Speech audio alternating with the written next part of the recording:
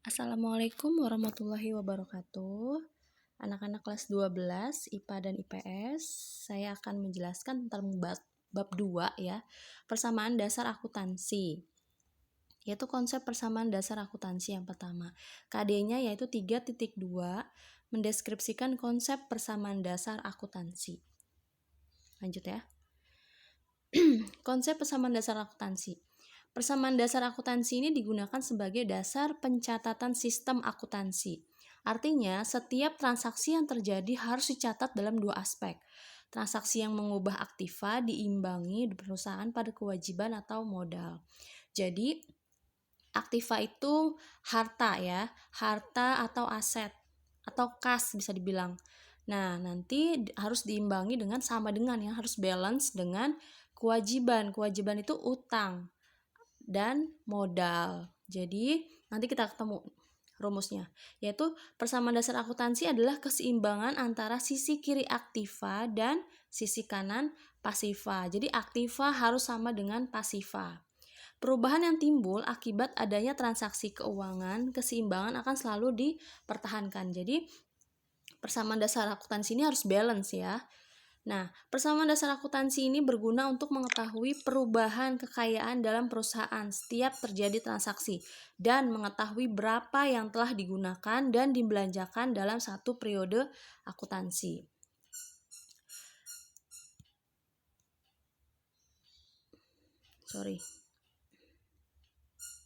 Nah, bentuk persamaan dasar akuntansi nih kalian harus paham ya. Kita sudah mulai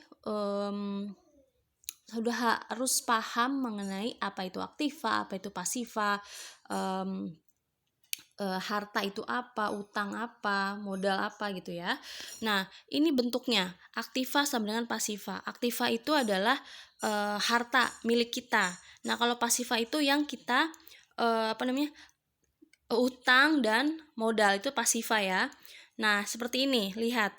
Harta sama dengan hutang ditambah modal. Ingat ya rumusnya, harta, utang, modal. Ya, aktiva sama dengan pasiva. Harta atau aset sama dengan utang tambah modal. Nah, kalau mau mencari modal yaitu harta dikurang utang. Kalau utang, harta dikurang modal, tinggal dibalik aja. Nah, harta itu apa sih? Harta itu adalah aktiva atau aset, yaitu sumber daya yang dikuasai atau dimiliki oleh perusahaan. Jadi kita persamaan dasar akuntansi ini kita sebagai perusahaan ya, kita yang punya perusahaan, ingat. Yang kedua, utang atau kewajiban, yaitu hak dari pihak eksternal, maksud orang lain yang punya tagihan kepada kita atau perusahaan. Jadi perusahaan itu punya hutang ke orang lain atau perusahaan lain, seperti itu. Modal itu kekayaan perusahaan yang disetorkan pemilik ya. Kita sebagai pemilik, kita setor modal kita ke perusahaan gitu, karena kita yang punya, jadi kita taruh modal kita gitu. Nah, ini kita langsung ke soal ya. Contoh soalnya. 1 Januari ya. Tuan Ahmad menyetorkan sejumlah uang tunai sebagai modal usaha sebesar 500.000. Tanggal 2 Januari, meminjam uang ke bank untuk tambahan modal sebesar 1 juta. Nomor 3 Januari, membeli perlengkapan sebanyak 100.000. 4 Januari, Tuan Ahmad mengambil uang keperluan pribadi sebesar 200.000.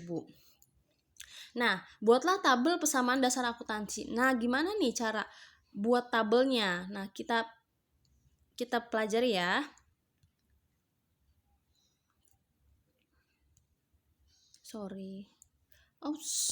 Nah, tabel persamaan dasar akuntansi. Nah, lihat, ada harta, tabelnya ada harta ya. Harta, utang tambah modal atau pasiva ya. Jadi harta, utang dipisah sama modal ya. Nah, tanggal 1 itu kita balik lagi. Tanggal 1 itu Tuan Ahmad menyetorkan sejumlah uang tunai sebagai modal usaha sebesar 500.000.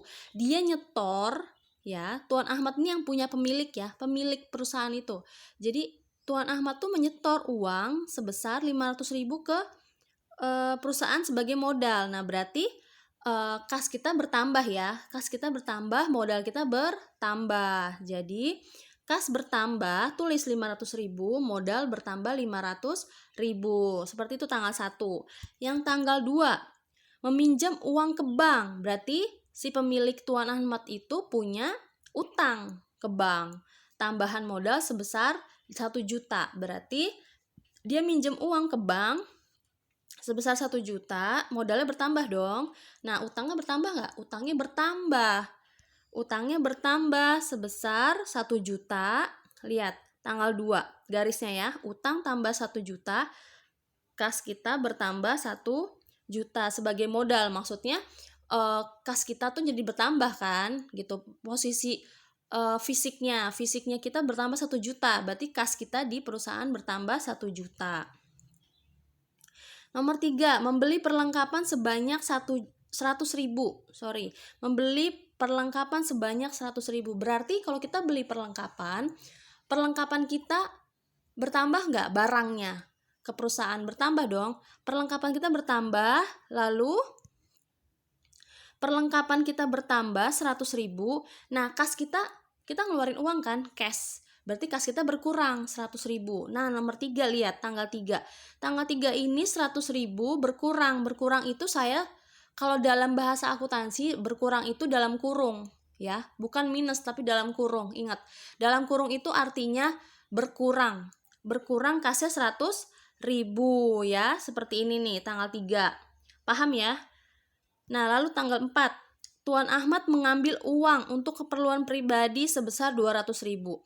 Keperluan pribadi itu namanya prive ya, nama lainnya prive, sebesar 200.000.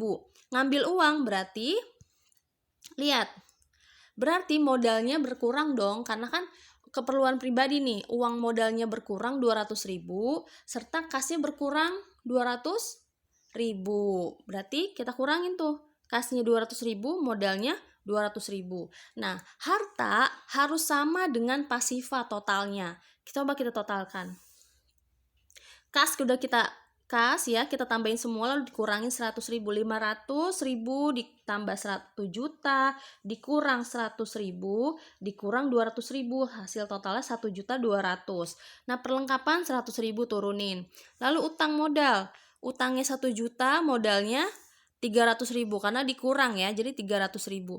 Nah, totalnya harus sama nih, harta sama dengan aktiva sama dengan pasiva. Jadi harta sama dengan utang tambah modal 1,3 dan 1,3. Jadi sama ya, 1.300.000, totalnya juga harus 1.300.000 di pasiva. Seperti itu. Paham ya? Kalau nggak paham boleh tanya, langsung japri ke saya. Nah, kesimpulannya bisa dilihat ya. Persamaan akuntansi merupakan suatu persamaan yang menggambarkan bahwa jumlah harta yang tercatat pada sebelah kiri itu sama dengan jumlah sumber pembelanjaan atau kekayaan yang terdapat pada sebelah kanan. Konsep persamaan dasar akuntansi yaitu aktiva sama dengan pasiva. Persamaan dasar akuntansi berguna untuk mengetahui perubahan kekayaan dalam perusahaan setiap terjadi transaksi dan mengetahui berapa yang telah digunakan dan dibelanjakan dalam satu periode akuntansi. Nah, tugasnya adalah buatlah ringkasan persamaan dasar akuntansi di buku besar kalian. Buku besar kalian yang sudah kalian beli ya. Nah, yang nomor 2, coba kerjakan latihan soal persamaan dasar akuntansi ini. Tanggal 1 sampai tanggal 12 ini ya. Hanya 6 sih. 6 tanggal ya. Buat tabel persamaan dasar akuntansinya. Seperti itu.